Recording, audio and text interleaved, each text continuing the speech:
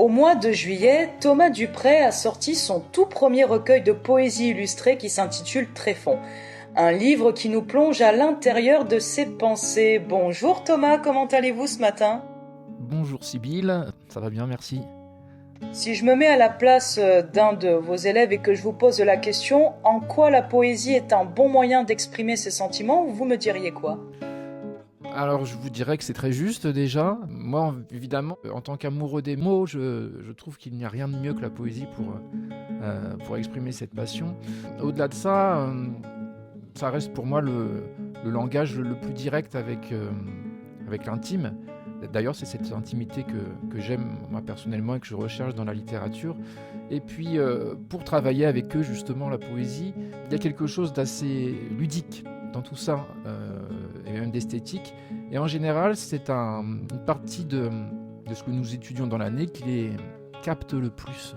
Donc c'est très intéressant de travailler avec eux là-dessus, et parfois même des tout jeunes élèves arrivent à produire des choses assez incroyables. Ils ont énormément d'imagination, qu'au fil du temps, je trouve, en devenant adulte, on perd, qui s'estompe un petit peu. Et eux encore, et notamment les tout petits en 6e, ont encore cet œil très curieux, très imaginatif, et c'est hyper intéressant de travailler avec eux là-dessus. Je trouve qu'il y a une part de jeu là-dedans, et ça me plaît beaucoup, et ça leur plaît beaucoup également. Donc on est très connectés dans ce domaine. Vous venez d'évoquer cet amour des mots, mais qu'est-ce qui vous a incité à écrire votre premier recueil Tréfond ?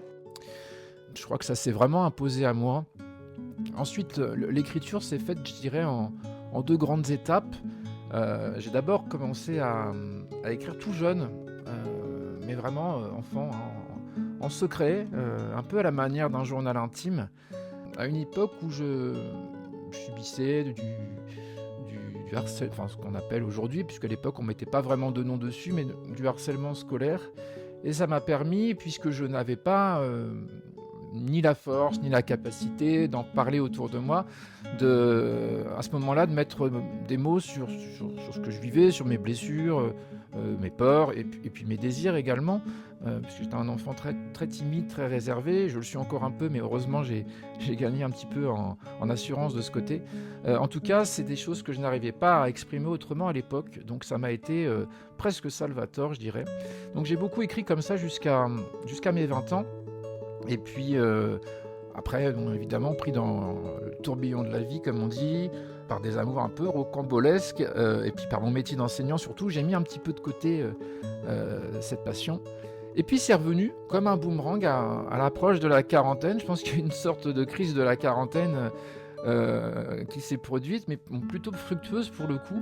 Et là, j'ai ressenti un peu comme un sentiment d'urgence, où voilà, à nouveau ça s'est imposé à moi avec cette envie, cette fois en revanche, de partager, de ne plus garder ça pour moi, mais de l'ouvrir vers l'extérieur, avec peut-être aussi l'idée, je ne sais pas, de laisser une trace peut-être, puisque je n'ai pas d'enfant pour l'heure, et puis surtout l'envie de réaliser certains rêves que je croyais impossibles en fait.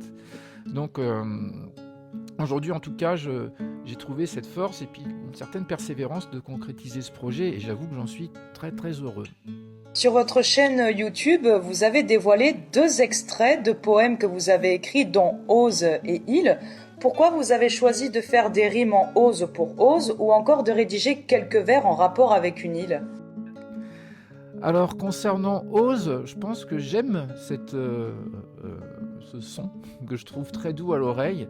Je pense que le premier mot qui m'est venu à l'esprit avec cette sonorité, c'est le mot rose. Et puis ça a tourné un petit peu autour de ça. Globalement, pour celles et ceux qui ont pu lire le recueil, il est quand même question de mélancolie. Les textes sont globalement un peu sombres, mais il y a aussi des petits éclats de lumière, et dans ce texte justement c'est le cas. Et j'ai voulu partir sur une note plus rose, à l'inverse du gris, avec cette idée aussi que, à un moment donné, je pense, il faut oser, comme le titre l'indique. Il faut oser sortir de sa coquille, il faut oser exprimer qui l'on est vraiment. Et je pense que plus on vise l'authenticité, et plus on a la chance déjà d'être mieux compris, d'être mieux accepté, je l'espère. Et en tout cas, à partir du moment où on est mieux avec soi, je pense qu'on est mieux aussi avec l'autre.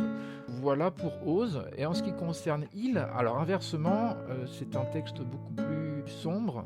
Alors c'est un texte qui a été écrit, celui-ci, il y a plusieurs années, puisque ce recueil regroupe des textes écrits entre 2000 et 2025, donc ça s'étend quand même sur un quart de siècle. Celui-ci, je l'ai écrit aux alentours de 25-30 ans. Je traversais, comme c'est arrivé à plusieurs reprises dans mon parcours de vie, une histoire d'amour très, très chaotique, assez toxique. Et voilà, j'ai souhaité faire de quelque chose d'assez douloureux, quelque chose d'esthétique, avec des jeux de mots, je l'espère, beaux.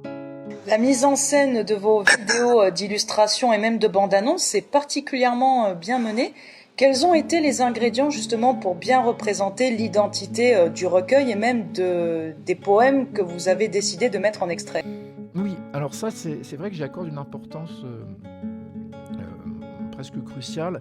Je trouve que en tout cas pour moi, c'est important d'associer le mot à l'image et si possible au son. Je trouve que c'est plus percutant. Moi-même, je suis un passionné de musique et de cinéma, donc je pense que ça se fait comme ça assez naturellement.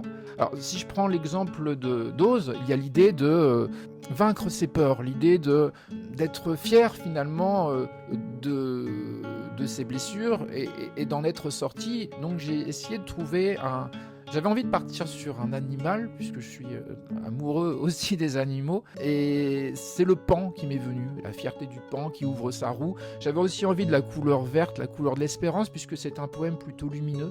Donc pour cette illustration, en tout cas, c'est comme ça que ça s'est manifesté dans ma tête. Pour les bandes annonces, j'ai voulu partir sur du noir et blanc, puisque beaucoup de textes sont liés à mon passé. Donc je me suis dit, allez, on part sur du noir et blanc, je voulais quelque chose d'assez sobre. Donc toutes les deux bandes annonces que j'ai réalisées tout seul sont en noir et blanc. Je pense qu'il y a un jeu aussi sur ces contrastes, à la fois le blanc qu'on peut plutôt associer à quelque chose de pur, peut-être associé à l'enfance, peut-être associé à une espérance, et puis le noir qui est plutôt inversement lié à des souvenirs plus traumatiques ou des moments plus douloureux. Et j'ai voulu jusqu'alors garder ces nuances. En ce moment, il est possible de commander un exemplaire dédicacé de Tréfon pour le recevoir également à la maison. Vous pouvez nous expliquer quelle est la procédure à suivre pour s'en procurer un ? Bien sûr. Alors, pour avoir accès à cette offre, il suffit de se rendre sur mes réseaux sociaux, notamment sur Instagram, où en bio, vous avez accès à un lien qui vous dirige vers un formulaire qu'il faut compléter ou préciser si vous souhaitez ou pas, puisque ce n'est pas obligatoire. Certaines personnes préfèrent que ça reste anonyme, et globalement, c'est toujours... les gens trouvent ça plutôt sympa qu'il y ait une petite dédicace personnelle. Donc voilà, tout se fait très simplement sur Instagram. Il suffit de remplir le formulaire et vous recevez rapidement chez vous, à la maison, votre exemplaire avec une petite dédicace signée de mon nom. Thomas Dupré, je vous remercie d'être venu nous parler de votre premier recueil de poésie Tréfon que l'on peut commander sur Internet, et sur votre page Instagram, il y a toutes les actualités à suivre et les informations pour se procurer un exemplaire dédicacé. À bientôt, merci Thomas. Merci beaucoup Sylvie pour votre accueil très chaleureux et rassurant.